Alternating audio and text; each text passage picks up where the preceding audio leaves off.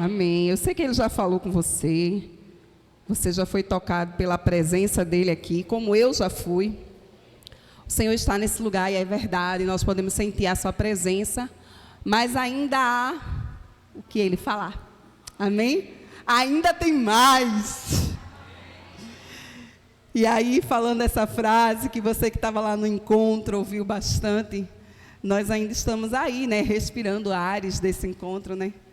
E a gente fica aí ainda ouvindo testemunhos, as pessoas compartilhando, recebendo presentes, né? Os trabalhadores ontem foram mimados aí por alguns encontristas, né? Minha filha recebeu uma caixa de guloseimas. E João pensou que era para ele, gente. Então, você já imagina, né? Ele comeu já a maioria, mas está tudo certo. Ela é uma pessoa que sabe partilhar. E nós estamos aí, né? Como eu disse, ainda vivendo tudo isso que Deus fez em nós e através de nós, né? De verdade, foram dias incríveis. Mas aí a gente sai daquele lugar, né? Que a gente recebeu uma enxurrada de ministração do céu, de tanta presença, né? De tanto poder. E você vem para a vida cotidiana, né? A realidade, né? O dia a dia, onde você vai ser confrontado. E a pergunta que não quer calar é: o que é o encontro? Né, Clefson? O que é o encontro, gente? Porque de verdade, será que o encontro se resume àqueles 3 dias que a gente passa ali, naquele lugar maravilhoso? Será que esse encontro está atrelado a ministrações de pastores e pastoras ungidas? É verdade que tudo isso facilita, né? O encontro. Mas só você está pensando, a pastora, nem para lá eu fui, nem lá eu estava. Então, como é que eu posso ter esse encontro? A gente pode ficar pensando que algumas circunstâncias precisam acontecer para que a gente possa ter esse encontro com Deus. E esse questionamento vem mais uma vez à nossa mente: o que é esse encontro? Como é que eu posso ter esse encontro? E a gente vai abrir a nossa Bíblia e vai ler o texto do livro de João, capítulo 18. E esse texto vai nos dar um direcionamento, nos ajudar a encontrar uma resposta para essa pergunta: o que é o encontro? João 18, os versículos de 1 a 11. A palavra de Deus nos diz: tendo Jesus dito estas palavras, saiu juntamente com seus discípulos para o outro lado do ribeiro Cedron, onde havia um jardim. E ali entrou com eles. E Judas, o traidor, também conhecia aquele lugar, porque Jesus ali estivera muitas vezes com seus discípulos. Tendo, pois, Judas recebido a escolta e dos principais sacerdotes, dos fariseus, alguns guardas, chegou a este lugar com lanternas, tochas e armas. Sabendo, pois, Jesus todas as coisas que sobre ele haviam de vir, adiantou-se e perguntou-lhes: a quem buscais? Responderam-lhe: a Jesus, o Nazareno. Então Jesus lhes disse: sou eu. Ora, Judas, o traidor, estava também com eles. Quando, pois, Jesus lhes disse: sou eu, recuaram e caíram por terra. Jesus de novo lhes perguntou: a quem buscais? Responderam: a Jesus Nazareno. Então lhes disse Jesus: já vos declarei que sou eu. Se é a mim, pois, que buscai, deixai ir estes, para se cumprir a palavra que dissera: não perdi nenhum dos que me deste. Então Simão Pedro puxou da espada que trazia e feriu o servo do sumo sacerdote, cortando a orelha direita, e o nome do servo era Malco. Mas Jesus disse a Pedro: mete a espada na bainha, não beberei porventura o cálice que o meu Pai me deu? Pai, nós te bendizemos e te adoramos e te louvamos, porque o Senhor é quem nos dá a sua palavra. E é também o Senhor quem traz compreensão sobre ela, Pai. Nós rogamos a ação do Teu Espírito, para que a Tua palavra se faça entendida nessa noite. Aquilo que o Senhor quer falar ao nosso coração. Senhor, que os nossos pensamentos não vagueiem agora. Senhor, que nós não estejamos preocupados com qualquer outra coisa que não seja ouvir Tua voz, ser obediente à Tua palavra. Por isso expomos os nossos pensamentos, os nossos sentimentos a Ti e colocamos tudo isso cativos à obediência de Cristo, querendo ser ministrados pelo Teu Espírito Santo. Rogamos a Ti, Pai, fala conosco, tem misericórdia de nós, tem compaixão de nós e nos ajuda a entender e a obedecer a Tua voz, em nome de Jesus.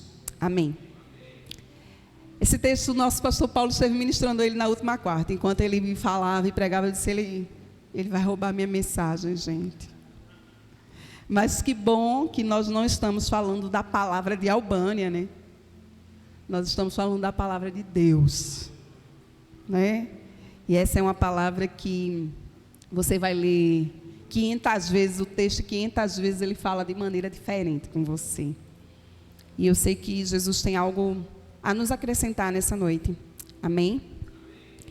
E pensando a respeito disso que a gente começou a conversar, a respeito do encontro, e pensando que a gente quer descobrir como é esse encontro, como é que a gente tem esse encontro, como é que a gente mantém esse encontro, nesse texto nós vamos encontrar, né, algumas pistas que vão nos levar esse lugar para essa resposta a respeito do que é esse encontro. E o texto vai começar nos dizendo, no verso 1, que Jesus, tendo dito estas palavras. Você observa que o texto começa falando exatamente isso. Jesus tendo dito estas palavras. E você vai observar que isso está fazendo uma referência a algo anterior. A algo que foi dito anteriormente. E se você tiver a curiosidade de ler o texto, o livro de João, você vai ver que muita coisa foi dita por Jesus. Mas aqui, essa expressão, tendo dito essas palavras, está se referindo desde o momento que Jesus sentou à mesa com seus discípulos para fazer a última ceia. E ali Jesus deu tantas orientações aos seus discípulos. Se você percebe a sequência ali na ceia, Jesus, ele fez aquele ato tão memorável e tão expressivo, tão cheio de significado, que foi o lava-pés. Jesus ali, ele dá uma lição de humildade e de sentido de propósito. Ele vai lá, pega a toalha, pega a bacia, lava os pés dos seus discípulos e ali ele ensina. Mas é também Jesus, nessa conversa que ele tem com os discípulos, ele fala da promessa do Consolador, ele fala que ele haveria de ser entregue, ele haveria de ser morto, mas que os discípulos não ficariam sós, eles receberiam um outro Consolador.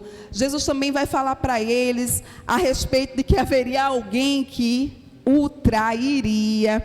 Então, naquele momento, muitas revelações foram feitas. É ali também que Jesus faz aquela comparação dele sendo a videira e de nós sendo os ramos, e que é importante permanecer nele, que aquele que não permanece nele, ele corta, aquele porém que permanece, que dá fruto, ele corta para que dê mais fruto, ainda ele faz a poda, né? Então a gente vai ver que nesse lugar, Jesus ministrou muitas coisas ao coração dos seus discípulos. E aí o que é que a gente faz com tanta ministração? Você que foi para casa do oleiro, o que é que você faz com tanta ministração? Às vezes eu pego meu caderninho, que eu anoto as mensagens dos pastores, e eu fico dizendo, Jesus, o que é que eu vou fazer com isso tudo? Porque de repente você é encharcado por tanta palavra de Deus, sabe? Um irmão nosso irmão Emerson, teve curiosidade de contar o tempo de ministração que é feito durante o Casa do Oleiro. Ele diz que é 24 horas de ministração da palavra de Deus. Então, o que é que tu vai fazer com essas 24 horas que tu recebeu da palavra de Deus? E aí, aqui, da mesma forma, os discípulos foram encharcados com muito ensino, com muita palavra. E a verdade é que para que você tenha um encontro, para que você descubra esse lugar e para que você permaneça nesse lugar de encontro, você precisa meditar. Então, o encontro é, em primeiro lugar, um lugar de meditação. Sabe, meus irmãos, não adianta a gente simplesmente ouvir a palavra. Sabe, talvez você possa dizer mais uma vez, eu não fui para esse lugar que você está dizendo, pastor, eu não participei desse encontro, eu não recebi essas 24 horas de ministração. Mas a verdade é que você, em algum momento da sua vida, você já foi exposto a essa palavra. Essa palavra já foi pregada a você. Nós não estamos diante de um público, de um povo não alcançado, que nunca ouviu falar de Jesus. Muito pelo contrário. Eu posso dizer aqui, com certeza, todos que aqui estão, já foram expostos ao Evangelho pelo menos uma vez na sua vida. Você já foi exposto a essa palavra. Você já foi exposto a alguma ministração dessa palavra. Pelo menos na sua vida você já ouviu um Jesus te ama, sim ou não? Sim, todos nós já fomos expostos a essa palavra. Todos nós já fomos apresentados a essa palavra, sabe? Recebendo de uma vez 24 horas de ministração, ou recebendo em pequenas doses durante toda a tua jornada até aqui. Você já recebeu muito de Deus. Mas a minha pergunta é, o que é que você faz com isso? Porque a Bíblia diz que, tendo Jesus dito estas coisas, ele foi para um determinado lugar com os seus discípulos. Então, quando você ouve de Jesus, você precisa meditar. E aí, nós vivemos num mundo em que as pessoas ultimamente têm buscado muitas práticas de meditação, né? Isso está até atrelado à prática de exercício. As pessoas atrelam hoje a prática de meditação. Mas eu não estou falando simplesmente de meditação, aquela meditação que é um controle de respiração, que quer trazer calma, te livrar de ansiedade, que quer que você perceba os seus músculos, o diafragma indo e voltando, controlando a respiração, a inspiração e a expiração. Não estou falando disso. Isso faz parte do processo? Sim, faz parte do processo. Mas eu estou falando de meditar na palavra de Deus. E o que é meditar na palavra de Deus? Sabe, essas ministrações às quais você foi exposto durante toda a sua vida, sabe, essa palavra que você está começando a ouvir agora, talvez essa palavra que você ouviu durante a semana, você precisa trazer ela para a realidade do teu cotidiano. Sabe aquela palavra que tu lê de manhã no teu devocional, ou que talvez você leia à noite no seu devocional? Você precisa trazer ela para o teu dia a dia. E você precisa começar a pensar nela durante o dia. O que é que essa palavra diz para mim? Como é que eu aplico essa palavra agora? Como é que ela fala comigo? O que é que você vai fazer com tantas ministrações que você recebeu lá no Casa do Oleiro? Elas vão ficar simplesmente como um momento marcante na sua vida, que aconteceu? Ou elas vão continuar acontecendo hoje, agora, em cada circunstância a qual você é exposto? Sabe, a Bíblia nos dá essa orientação, o Senhor deu essa orientação a Josué, e essa orientação é também para nós. O Senhor falou a Josué no seu livro, no capítulo 1, verso 8, não cesses de falar do livro desta lei, antes medita nele, dia e noite, para que tenhas cuidado de fazer segundo tudo quanto nele está escrito. Então farás prosperar o teu caminho e serás bem-sucedido. Então, meditar significa incorporar os ensinos bíblicos ao seu modo de vida, sabe?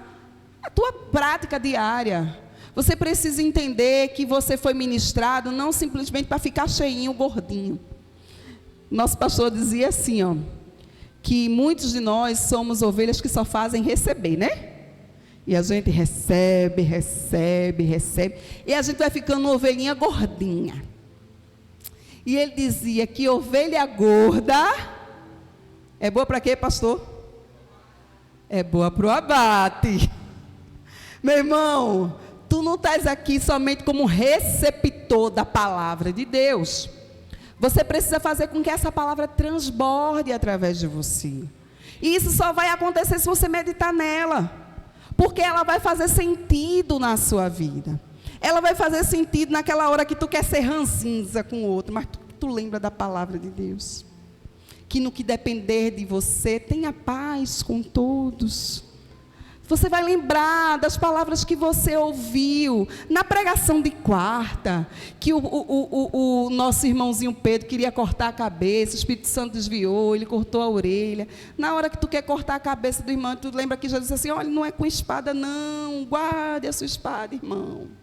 Então, quando você começa a meditar, a palavra vai fazer sentido na tua vida prática.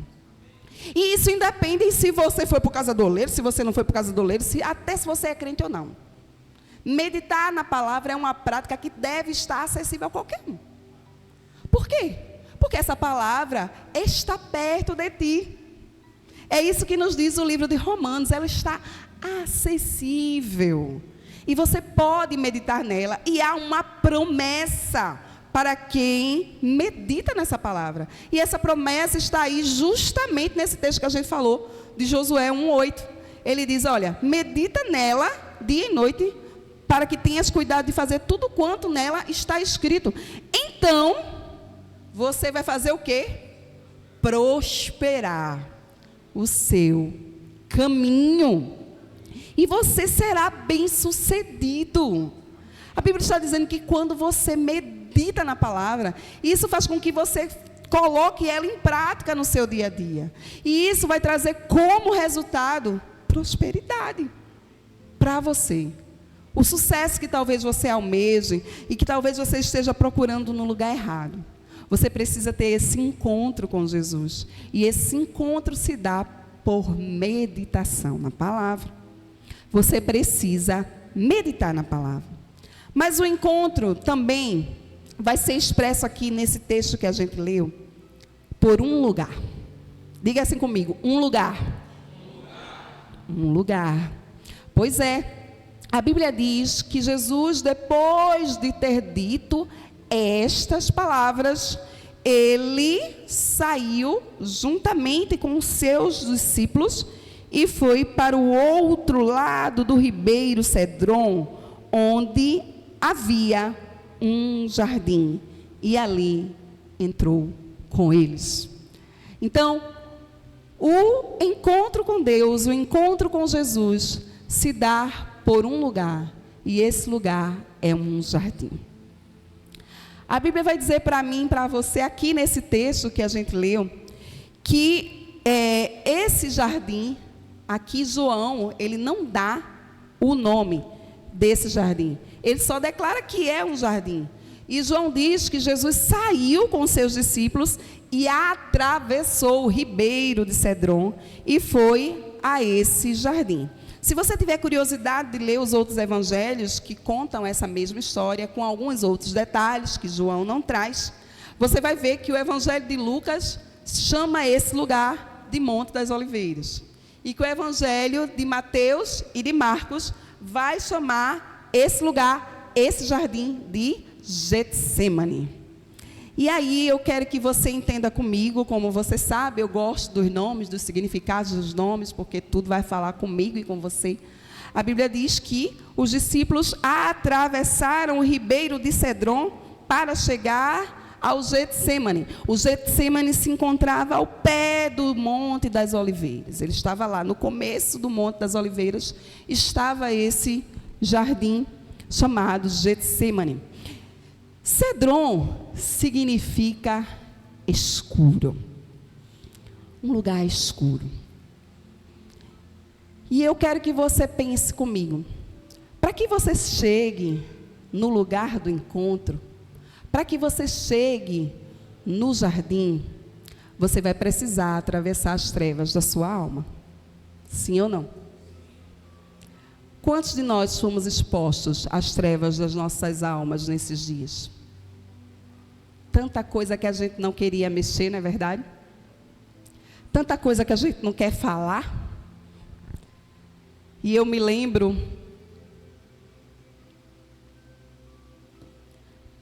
de um determinado momento do encontro, que a encontrista estava lá chorando.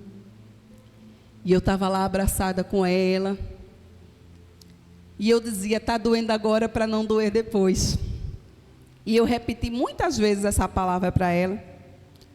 Porque quando a nossa alma é mexida, quando esses lugares que estão lá fechados, trancados no porão, são abertos, as trevas são expostas à luz.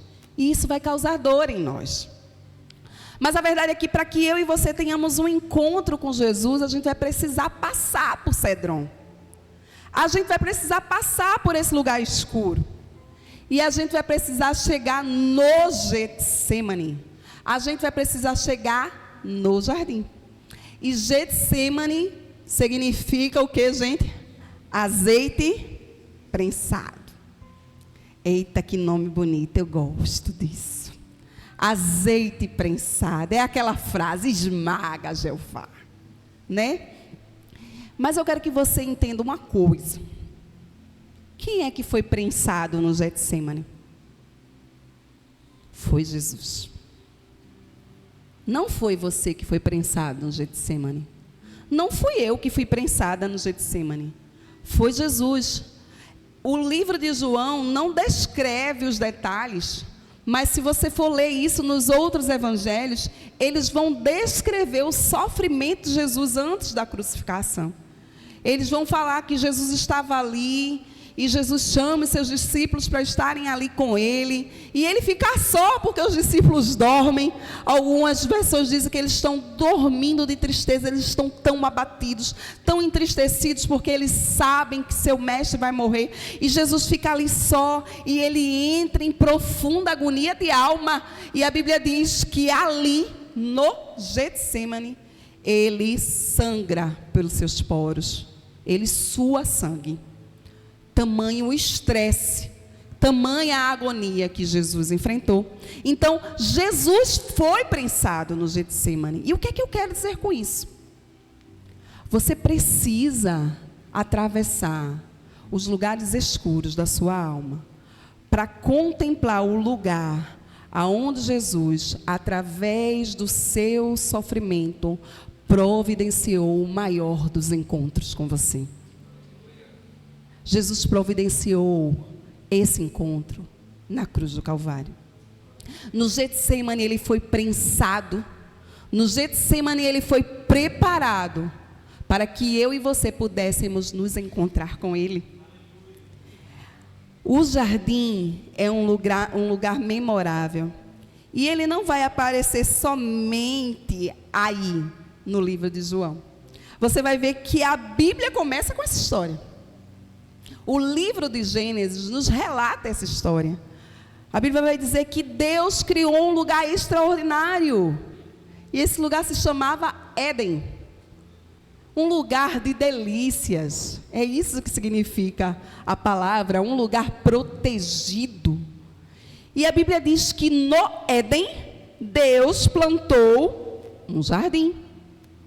E no Éden, no jardim, Deus colocou o homem e a mulher que ele havia criado. Sabe, a Bíblia vai dizer que todos os dias, nesse jardim que estava no Éden, Deus tinha um encontro com o homem e com a mulher. Todos os dias eles se encontravam e mantinham a comunhão. Mas você conhece essa história e você sabe que o pecado desfez esse encontro, que o pecado desfez essa comunhão. Mas você também sabe, porque você já leu essa história e você já foi exposto a ela, que Jesus restabeleceu essa comunhão. Que Jesus restabeleceu esse jardim. Agora, Jesus plantou um jardim dentro de você.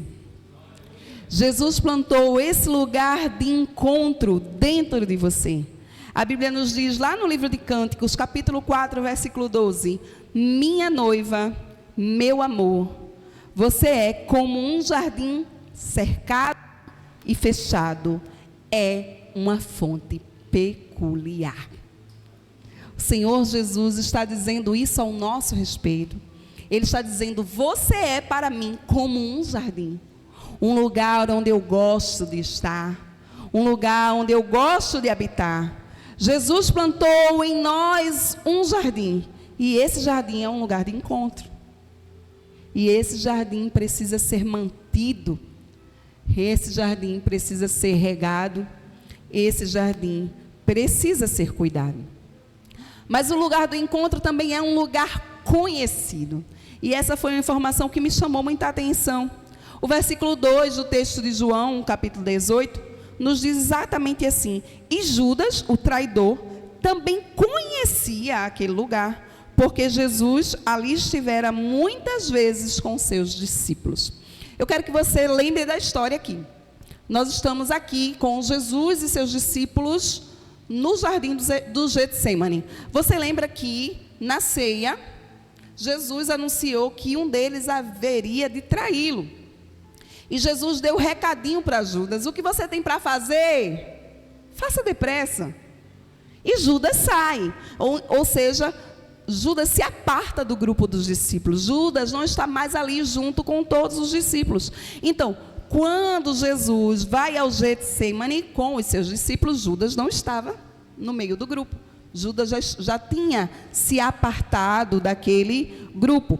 Mas a verdade é que a Bíblia nos diz que aquele era um lugar conhecido. Judas diz: eu sei onde ele está. Por quê? Porque a Bíblia está dizendo que Jesus estivera ali muitas vezes com os seus discípulos. Certamente muitas noites, muitas histórias foram me contadas ali por Jesus aos seus discípulos. Quantas coisas eles aprenderam juntos ali no jardim do Getsemane com Jesus. E Judas estava ali no meio dos 12, sendo ministrado por Jesus. Judas participava daquele grupo apostólico de Jesus. E Judas conhecia bem aquele lugar. E eu fico pensando que ele teve tantas oportunidades de estar perto de Jesus. Fico pensando quantos milagres ele viu ali. Porque a Bíblia não relata todos, né, gente? Mas a verdade é que na presença de Jesus os milagres são naturalmente, acontecem naturalmente. Então eu fico pensando quantas coisas ele presenciou ali. Então aquele era um lugar conhecido. O lugar do encontro tem que ser um lugar conhecido. Fica pensando, você marcar um encontro com alguém. E você diz assim: vai ser lá na rua, perto da minha casa. Só que a pessoa não sabe onde você mora. Como é que ela vai chegar lá? Você precisa dar informações para que essa pessoa chegue até lá. E além de ser um lugar conhecido, esse lugar precisa ser um lugar tranquilo. Um lugar longe de outras vozes, longe de outras interferências. Eu não sei se você já teve a experiência de, por exemplo, sair para encontrar amigos em um determinado restaurante, e chega nesse restaurante e o lugar é muito barulhento. Eu já tive essa oportunidade e é horrível. Você se senta para conversar com as pessoas e você começa a dizer: oh, fulano, né? Eu fui para um lugar assim, minha gente, eu só fui uma vez e nunca mais. Primeiro que tinha uma fila enorme para eu entrar. A pessoa pegava uma ficha para entrar. Eu disse: gente, e é o quê? É o pôster? A pessoa demorava 1 hora para entrar. Quando entrava era um barulho triste. Eu tinha que gritar para o amigo que estava aqui na frente. E a comida era cara, né, gente? Então eu desisti daquele lugar. Aquele não era um lugar apropriado para o encontro. A gente deseja, no lugar do encontro, ouvir e ser ouvido, sim ou não? O lugar do encontro deve ser um lugar favorável à comunicação. Deve ser favorável a sentir ao outro, perceber ao outro. E o Getsemane era esse lugar. E Judas conhecia esse lugar, porque o texto diz que Jesus sempre ia ali, naquele lugar. E a minha pergunta é: onde é que você quer encontrar Jesus?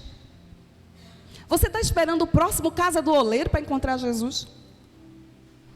É verdade que alguns irmãos já estão perguntando aí a Suelen, quando é o próximo? Já estão perguntando quando é o próximo. Eu sei que é muito impactante, né? Tudo aquilo que a gente vive naquele lugar. Mas a verdade é que você não precisa esperar para o próximo Casa do Oleiro para se encontrar com Ele. Esse encontro está disponível. E Ele marcou esse lugar, Ele marcou esse encontro com você. E Ele está esperando você. Onde é que você está indo para encontrá-lo? E isso é uma pergunta muito importante a ser feita, porque talvez você esteja pegando a estrada do esforço humano para se encontrar com Jesus. Sabe aquela estrada do merecimento? Que você pensa assim, se eu fizer tudo certinho, Ele vai ficar feliz comigo e Ele vai vir ao meu encontro. Ou talvez você esteja pensando, eu estou tão troncho, estou fazendo tudo errado, que nem adianta eu querer me encontrar com Ele, porque não tem condições de uma pessoa feito eu, toda troncha. Jesus vir querer se encontrar comigo. A verdade é que esses dois pensamentos estão errados. Porque nunca vai ser pelo teu e pelo meu merecimento que nós nos encontraremos com Ele. Sabe, a Bíblia dá muito mais que duas, mas duas informações que têm total relação com isso, é que a Bíblia diz o seguinte: primeiro, Jesus declara, eu sou o caminho. Ele diz, eu sou o caminho. Isso diz para mim e para você que não somos nós quem construímos o caminho que leva ao encontro. Esse caminho já foi construído e Ele é o próprio Cristo. Mas Jesus diz mais. Além de Ele ser o caminho, Ele se colocou como acesso. Ele abriu este caminho, um novo e vivo caminho. Sabe? Então nunca vai ser porque você é o ungidão, porque você é o certinho, porque você é o super espiritual, que você vai ter um encontro com Deus. Porque às vezes, irmão, tu está aí no teu lugar, aqueles crentes cabo de vassoura, sabe qual é, né? Que não pega corrente. Está todo mundo ali, ó, recebendo, pegando corrente, o irmão lá está duro, não pega corrente não. Aí tu fica olhando o irmão. Semana passada estava todo troncho. Semana passada estava desviado. Hoje voltou para Jesus. Está aí orando em línguas. Primeiro que tu já está pecando, que tu está julgando teu irmão. Né? Mas a verdade é que não tem nada a ver conosco. Tu acha que Deus vai ficar pensando, eita, o Bânia merece. Clefson merece não. Eu tinha que botar que eu merecia, né, Clefson? Tu que lute, né? Ele não vai ficar olhando, sabe, se a gente é o mais bonito, se é o mais feio, se a gente fez certinho. Gente, não tem a ver conosco. Enquanto tu está perdendo teu tempo, julgando que o irmão, a semana passada estava dizendo palavrão e agora ele está orando em línguas, começa a colocar na tua mente, no teu coração, que não tem a ver com méritos humanos, tem a ver com a graça de Deus. Jesus abriu o caminho para o encontro. Ele é o caminho. Então não tem a ver com méritos humanos. Aí vocês dizem, está certo, pastor, eu sei que não tem a ver comigo. Porque realmente não podia ter a ver comigo, porque eu estou todo troncho. Como é que eu vou ter um encontro com Jesus? Como é que eu, uma pessoa dessa, eu sei quem eu sou. E Deus também sabe. Sabe o que é mais interessante? Você lembra que eu falei para você que Jesus, o Senhor construiu um jardim ainda lá no Éden. E que todos os dias o Senhor ia ao encontro do homem lá naquele jardim. Sabe o que aconteceu no dia em que o homem pecou? Deus foi ao encontro. Deus não falta ao encontro. Porque você pecou. Ele vai ao encontro. Todos os dias. Ele está lá. Agora, talvez você que está aí com esse pensamento, porque eu estou todo troncho, porque eu não mereço, porque eu sei quem eu sou. Você está dando bolo em Deus. Ele está lá no lugar do encontro te esperando. Ele não falta ao encontro. A Bíblia diz que quando ele chega no lugar, lá na mesinha que tinha lá no Éden, com café, não era, pastor? E bolo de milho? A mesinha lá no Éden, que sentava ele, sentava Adão, sentava Eva para conversar. Dizer, como é que está hoje? Tu desse o nome de quem? Ah, eu chamei Leão. Né? Aquela conversa boa que Deus tinha com o casal. Cadê meus filhos? É essa a pergunta que Deus faz. Onde é que você está? Você faltou ao encontro. Eu cheguei no horário marcado, toda a tardezinha eu venho me encontrar com você. Ele não se atrasa, ele chega no horário. E cadê você? Você entende que não tem a ver porque você está todo troncho, porque você pecou? Deus vai ao encontro. Ele continua querendo se encontrar com você. Sabe? Ele continua desejando estar com você. Sabe? Ele estava lá, na hora e no local marcado. E diante desse encontro que Jesus providenciou para nós, sempre haverá diante de nós uma escolha a fazer. Sabe, nós sabemos que o encontro é o lugar da gente meditar na palavra. Nós sabemos que o encontro é um lugar da gente estar nesse jardim e de ser esse próprio jardim. E o encontro também é esse lugar da gente entender que não tem a ver com a gente, que esse lugar é um lugar conhecido, é um lugar que é familiar a nós e também ao Senhor, e que Ele não falta esse encontro. Mas diante disso eu preciso tomar uma decisão. Por quê? Eu preciso saber o que é que eu vou fazer nesse encontro. Eu fiquei pensando a respeito disso. Imagina você ir para um lugar que você não sabe fazer, o que você vai fazer lá. Lá no ambulatório onde eu trabalho, tem uma fila bem grande de espera para consulta. Imagina, os pacientes saem do consultório, de uma consulta com o cardiologista, e ele encaminha o paciente para o ambulatório de urologia.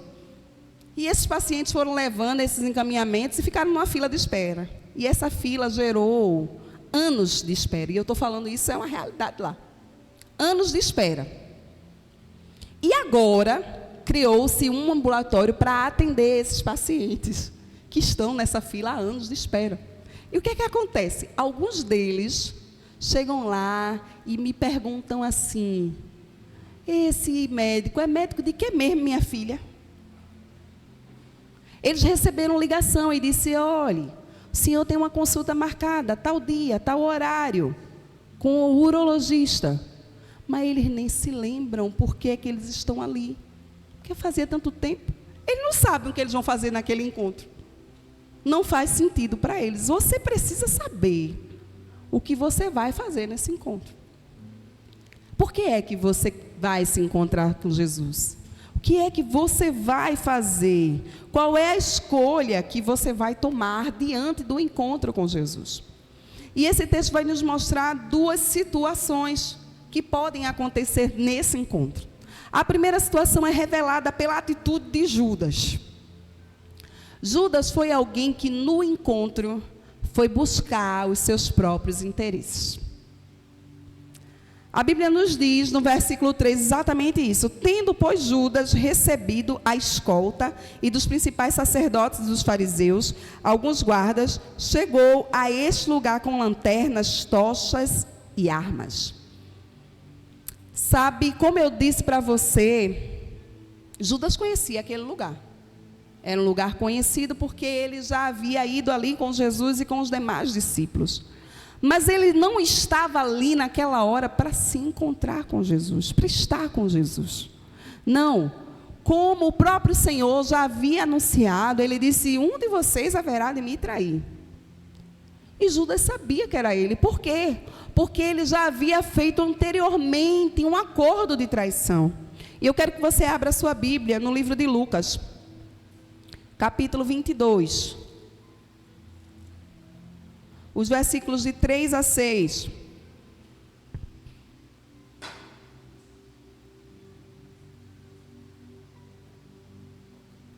Lucas 22, de 3 a 6. A Bíblia diz assim: ora, Satanás entrou em Judas, chamado Iscariotes, que era um dos 12.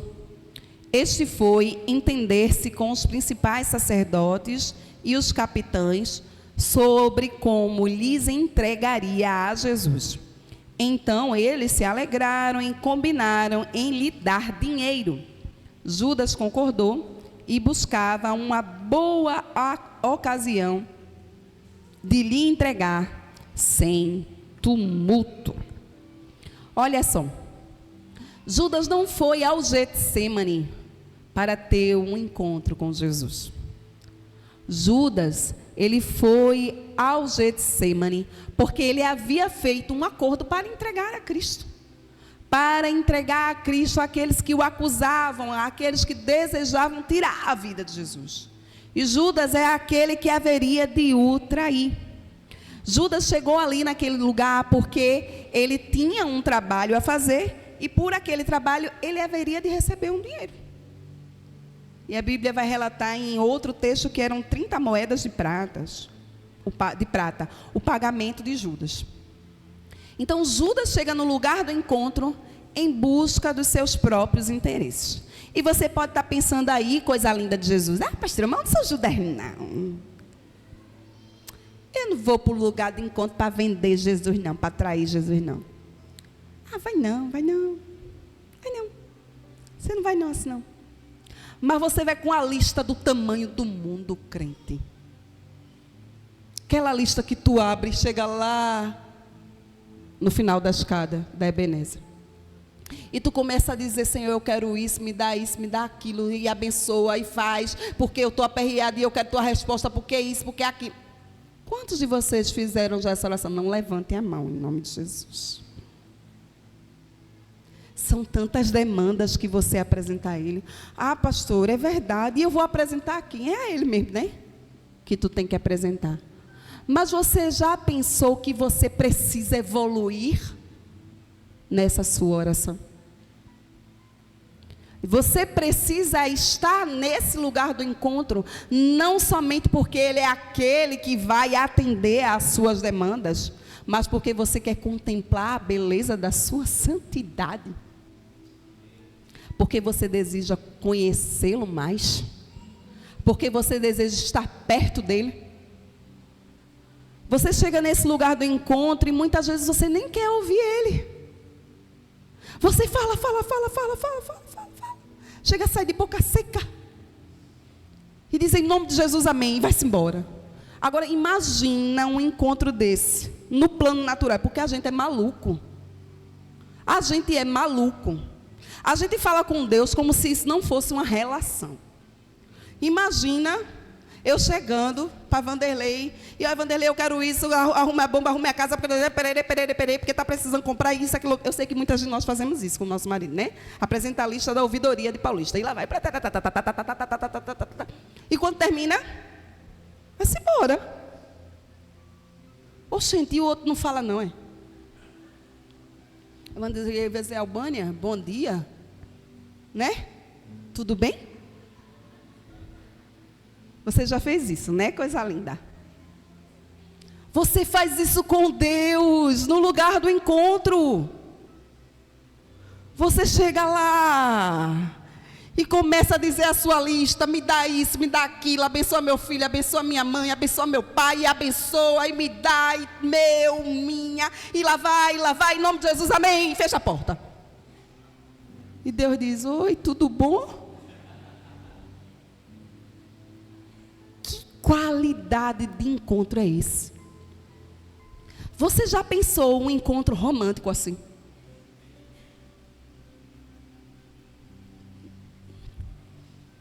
Não flui. Primeiro que no encontro romântico, tu começa a olhar. Lá vem ele. Aí tu nem consegue falar direito, porque o coração está acelerado. Você já esteve apaixonado, pode ser que não esteja agora, mas você já teve, você já sentiu isso.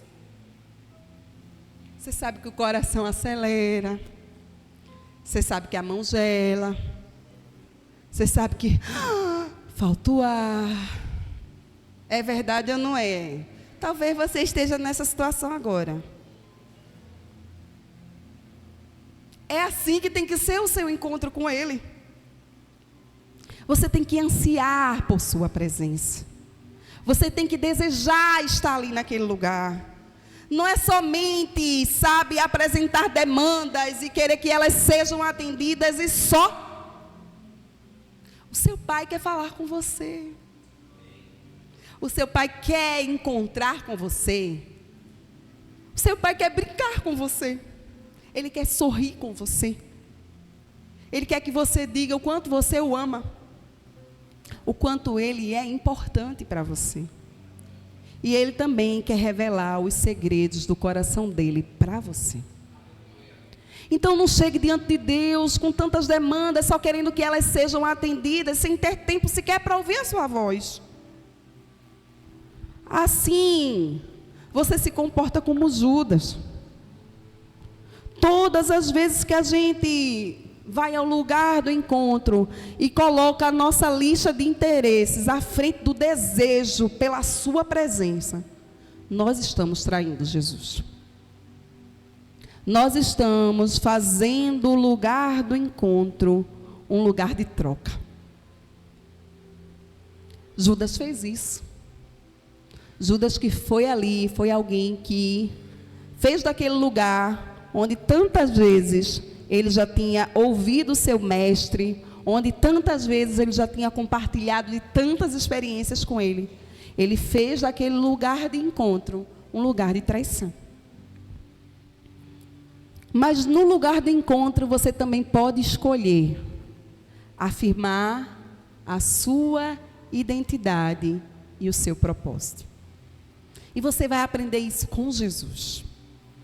Sabe, quando Judas chega naquele lugar do encontro, e ele chega para mostrar aos soldados quem era Jesus.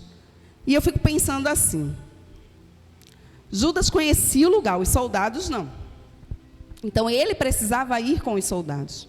E a Bíblia descreve que ele vai com os soldados, e os soldados vão com tochas para iluminar, porque eles passariam pelo lugar escuro para chegar no Getsemane. E eu fico pensando, como eram esses encontros somente com Jesus? Acho que a luz dele iluminava tudo, gente. Sabe? Acho que os discípulos conseguiam chegar ali naquele lugar de olhos fechados, porque eles conheciam e sabiam que Jesus estava ali. E Jesus naquele lugar, no lugar do encontro, quando Judas chega, ele já sabia o que estava no coração de Judas. Jesus já sabia que haveria de ser traído por Judas. Jesus já sabia as intenções do coração daquele homem e de todos que o acompanhavam. Mas Jesus resolveu fazer do Getsemane, resolveu fazer daquele lugar de encontro um lugar de afirmação da sua identidade. Observa que o texto de João diz que quando Judas chega com a escolta de soldados, Jesus logo se adianta. Jesus não fica na moitinha não, gente. Jesus se adianta e diz: a quem vocês buscais? A quem buscais? E eles dizem: a Jesus, o Nazareno. E sabe a expressão que Jesus usa? Eu sou. Você consegue entender o que é que Jesus estava dizendo? Eu sou. Essa é a mesma expressão usada pelo Senhor a Moisés ali na sarça. Quando o Senhor estava afirmando a identidade de Moisés, se apresentando a ele com a sua própria identidade. Eu sou. Jesus está dizendo àqueles que queriam matá-lo: eu sou. Essa é a minha identidade.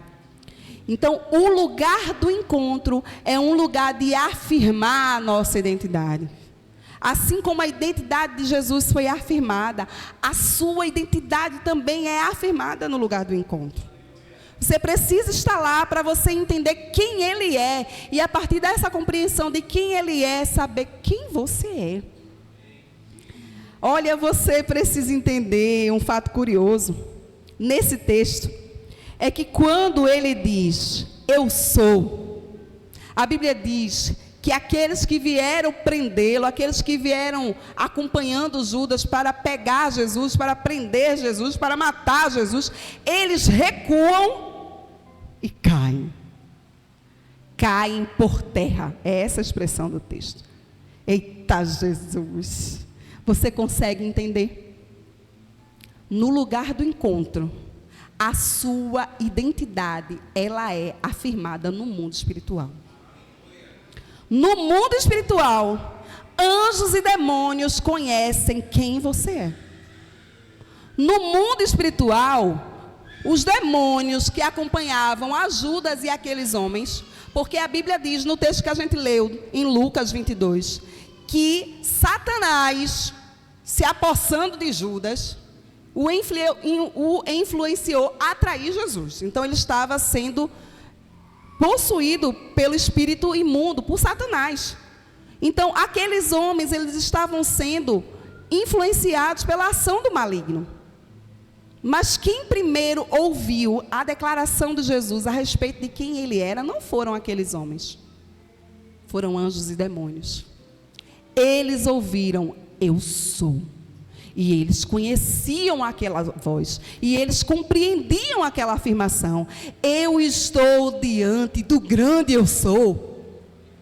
E a Bíblia diz que todos eles recuam e caem por terra.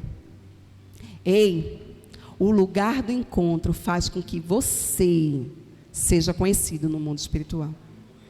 O lugar do encontro faz com que os demônios temam a sua vida. O lugar do encontro faz com que a sua voz tenha autoridade no mundo espiritual. Você só vai ter essa autoridade se você estiver nesse lugar, no lugar do encontro. É nesse lugar do encontro que a autoridade, a identidade de Jesus é afirmada.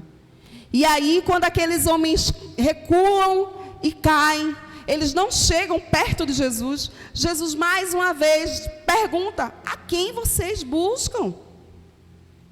E eles mais uma vez declaram, a Jesus o Nazareno. E ele mais uma vez diz, eu sou. E aqui, Jesus não estava simplesmente afirmando a sua identidade, mas ele estava cumprindo o seu propósito. Por quê? Porque quando ele afirma, eu sou, a Bíblia diz que ele faz isso para poupar os discípulos de serem presos. Ele diz assim, olha, vocês estão buscando a mim. Pode deixar eles irem embora. Vocês não vão prender eles. Quando Jesus faz essa declaração, Jesus está dizendo, eu vim sofrer a condenação no lugar deles. Podem me levar. Sou eu quem vai pagar. Sou eu quem vai pagar a conta. Sou eu quem vim sofrer a condenação. No lugar do encontro, a sua identidade é afirmada, mas também no lugar do encontro, o seu propósito é afirmado. Você nunca vai encontrar propósito na sua vida fora desse lugar. Você pode estar até procurando em outros lugares, mas a verdade é que nós fomos criados para esse lugar. E eu quero que você volte mais uma vez lá para o Éden. E eu queria que você lesse comigo esse texto. Gênesis 2, 8.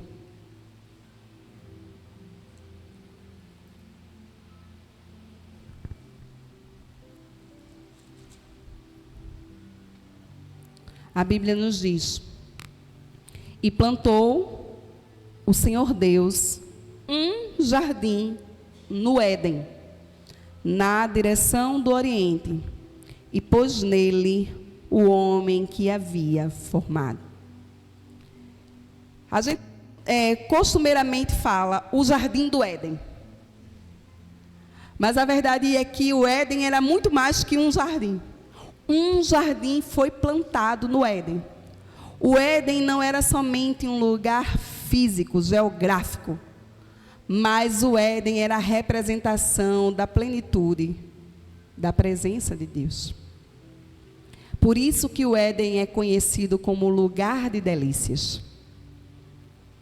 O lugar que é fechado, o lugar que é guardado, porque querubins guardam a santidade de Deus. Mas a Bíblia diz que no Éden, o Senhor plantou um jardim. E nesse jardim, o Senhor colocou o ser humano que havia criado. E é aí que eu quero que você entenda. Você não foi criado para ter um encontro com Deus ocasional no jardim. Mas você foi criado para viver, para morar, para ser esse jardim.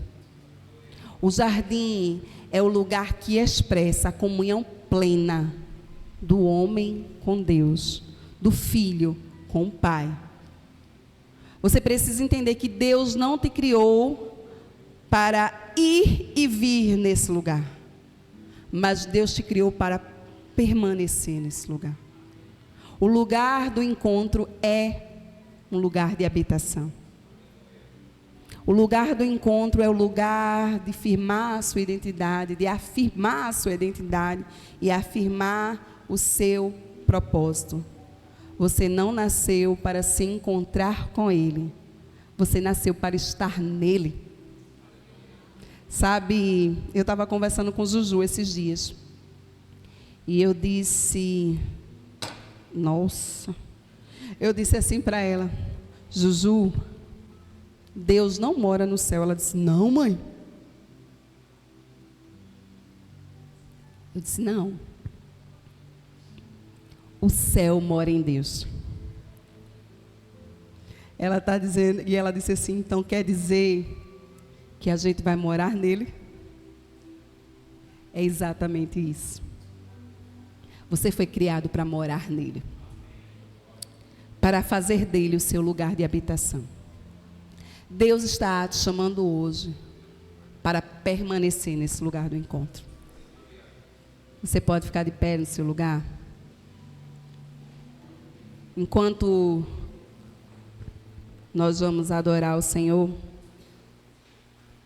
eu quero que você reflita a respeito de onde é que você está aqui. Se você primeiro está pensando